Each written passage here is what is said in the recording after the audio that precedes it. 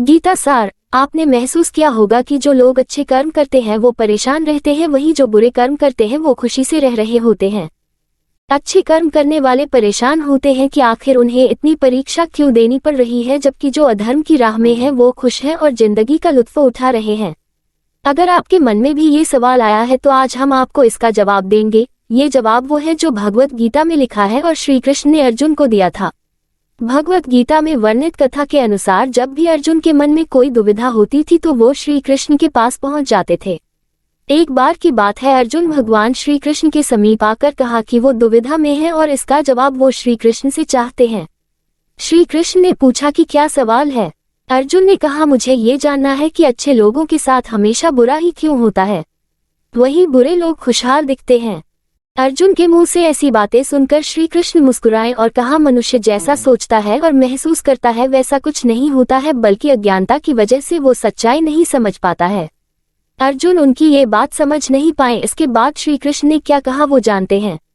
श्री कृष्ण ने अर्जुन से कहा, पार्थ, मैं तुम्हें एक कथा सुनाता हूँ, उसे सुनकर तुम समझ जाओगे कि हर प्राणी को उसके कर्म के हिसाब से ही फल मिलता है।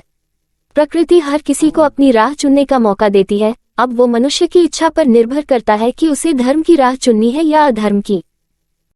कथा शुरू करते हुए श्री कृष्ण ने कहा, एक नगर में दो पुरुष रहा करते थे। एक पुरुष व्यापारी था जिसके जीवन में धर्म की बहुत महत्ता थी। वो पूजा पाठ में यकीन रखता था। वो हर रोज मंदिर जाता था और दान धर्म भी करता था और हर रोज भगवान की पूजा करता था। वही दूसरा पुरुष बिल्कुल विपरीत था। वो हर रोज मंदिर तो जाता था लेकिन पूजा करने नहीं, बल्कि मंदिर के बाहर से जूते चप्पल चुराने। उसे दान और धर्म से कोई लेना देना नहीं था। समय बीतता गया और एक दिन बहुत जोर की बारिश हो रही थी। इस वजह से मंदिर में पुजारी के अलावा कोई नहीं था। ये बात जब दूसरे पुरुष को पता चली तो उसने कहा कि ये सही मौका है मंदिर का धन चुराने का। पंडित से नजर बचाकर उसने मंदिर का सारा धन चुरा लिया।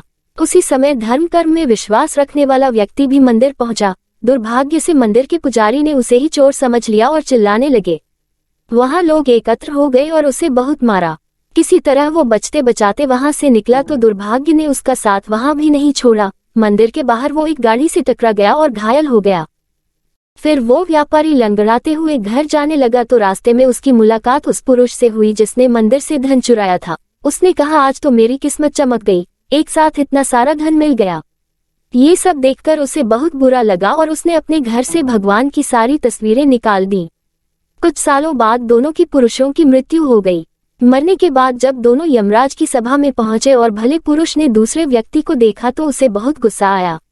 उसने क्रोधित होकर यमराज से पूछ ही लिया, मैं तो हमेशा अच्छे कर्म करता था, दान में विश्वास रखता था, उसके बदले जीवन भर मुझे अपमान और दर्द ही मिला और इस व्यक्ति को नोटों से भरी पोटली। आखिर ऐसा भेदभाव क्यों? इस पर यमराज ने कहा, पुत्र, तुम गलत समझ रहे हो।